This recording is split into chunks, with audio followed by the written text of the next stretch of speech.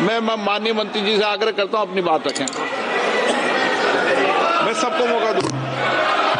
धन्यवाद अध्यक्ष जी। अभी जो माननीय सदस्यों ने इस बिल के इंट्रोडक्शन पे अपनी आपत्ति उठाई है, जो विशेष रूप से लेजिस्लेटिव कॉम्पिटेंस से संबंधित है, मैं मेरी बात ज्यादातर लेजिस्लेटिव कॉम्पिटेंसी के विषय पे ही रखना चाहता हूं। माननीय सदस्यों द्वारा rules of procedure and conduct of business in Lok Sabha के रूल 72 में वर्णित procedure when introduction of A bill opposed, इसके तहत जो आपत्तियां उठाई गई है वो उसके बारे में मैं कुछ बातें माने सदन में कहना चाहता हूं। सर, एक विषय आया कि एक समय ये विषय आया कि आर्टिकल 368 का ये उल्लंघन करता है। माननीय अध्यक्ष जी, आर्टिकल 368 संविधान में जो संशोधन करने की प्रक्रिया है उसके बारे में बताता है और संसद को शक्ति देता है।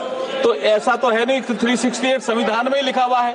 प्लीज माननीय सदस्य। उसके बाद एक विषय आया कि संविधान का अनुच्छेद 3 to 7 है, ये सदन को विधानमंडलों के चुनाव के संबंध में प्रावधान करने का जो अधिकार देता है, उसके बारे में आप क्या कहना चाहते हो? तो मैं ये कहना चाह रहा हूं कि संविधान का अनुच्छेद 327 संसद को पार्लियामेंट को अधिकार देता है, विधानमंडलों के चुनाव के संबंध में प्रावधान करने का अधिकार देता है। इसमें कहा गया है कि संविधान के प्रावधानों के अधीन संसद समय समय पर कानून द्वारा संसद के किसी भी सदन या विधानमंडल के किसी भी सदन के चुनाव से संबंधित सभी मामलों के संबंध में प्रावधान कर सकती है। Sir, it is a constitutional provision.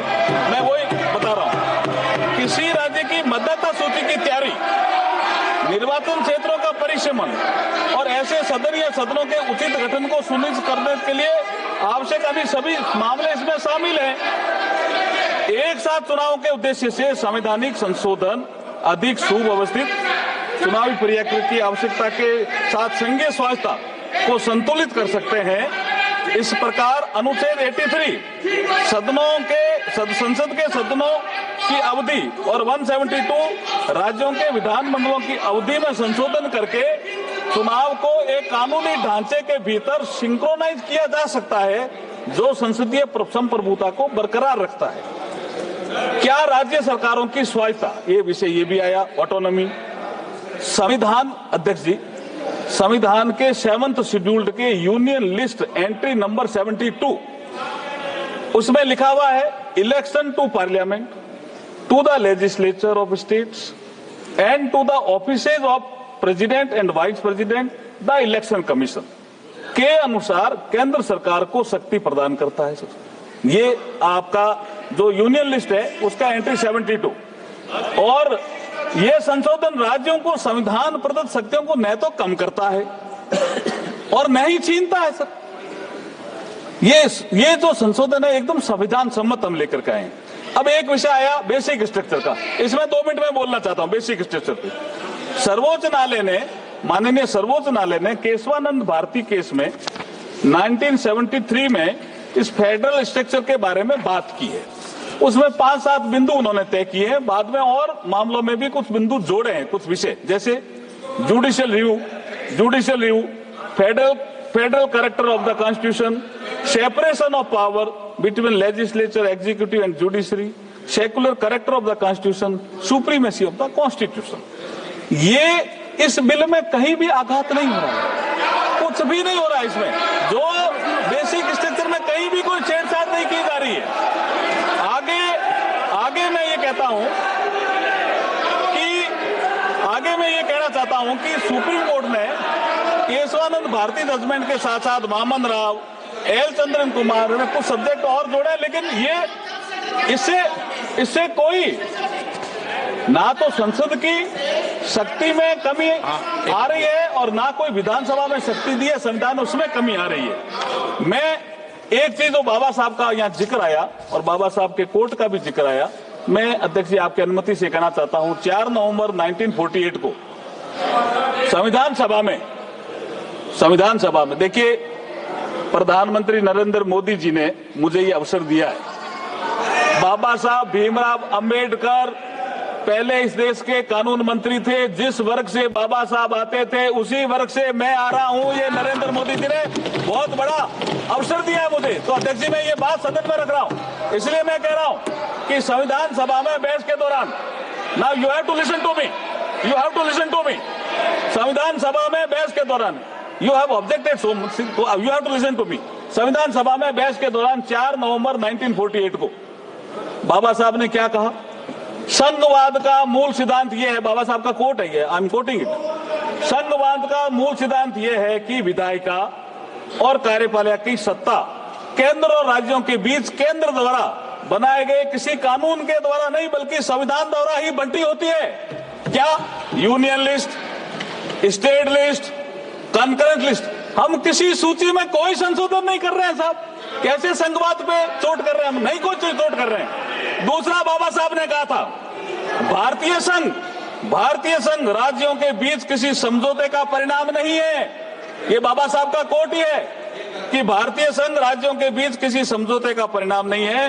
राज्यों को फेडरेशन से अलग होने का अधिकार नहीं है। फेडरेशन एक संघ है और इसका स्वरूप अविनाशी है, कोई नहीं बदल सकता फेडरल स्ट्रक्चर को। ये बाबा साहब ने कहा। अब मैं, ये है ही नहीं विषय इसमें, ये राजनीतिक कारणों से इसका विरोध कर रहे हैं। अब आप देखिए, संसद के अनुच्छेद 327 के तहत लोकसभा और राज्य विधानसभाओं को चुनाव को एक साथ कराने के लिए संविधान में उचित संशोधन करने का अधिकार है, जब मैंने बताया। अब मैं एक बात, जो ये जो हमने जोड़े हैं आर्टिकल जोड़े हैं, हाँ ठीक है, आर्टिकल जोड़े हैं, उसमें मैं एक बात अध्यक्ष जी कहना चाहता हूँ। जब बात जेपीसी की आई गई तो डिटेल चर्चा जेपीसी में होगी। कुछ तो बोलते हैं, हाँ जेपीसी में होगी, लेकिन आज मैं चूंकि आपने अवसर दिया, मैं हमारे पूर्व राष्ट्रपति रामनाथ कोविंद जी का धन्यवाद करना तो चाहूंगा और उनके जो एचएलसी में जुड़े हुए सदस्य हैं उनका भी धन्यवाद करना चाहूंगा। गृह मंत्री जी भी उसमें थे। कितने डिटेल डिस्कशन हुआ, ये कह रहे अचानक ही आ गया। अध्यक्ष जी, 1983 से चुनाव आयोग ने अपनी वार्षिक रिपोर्ट में लोकसभा और विधानसभाओं के चुनाव एक साथ कराने के विचार किया। 41 साल से पेंडिंग है ये। अलग अलग कमेटियों ने भी किया, स्टैंडिंग कमेटी ने भी किया, फिर एचएलसी गठित हुई और ये कह रहे दलों से बात नहीं हुई।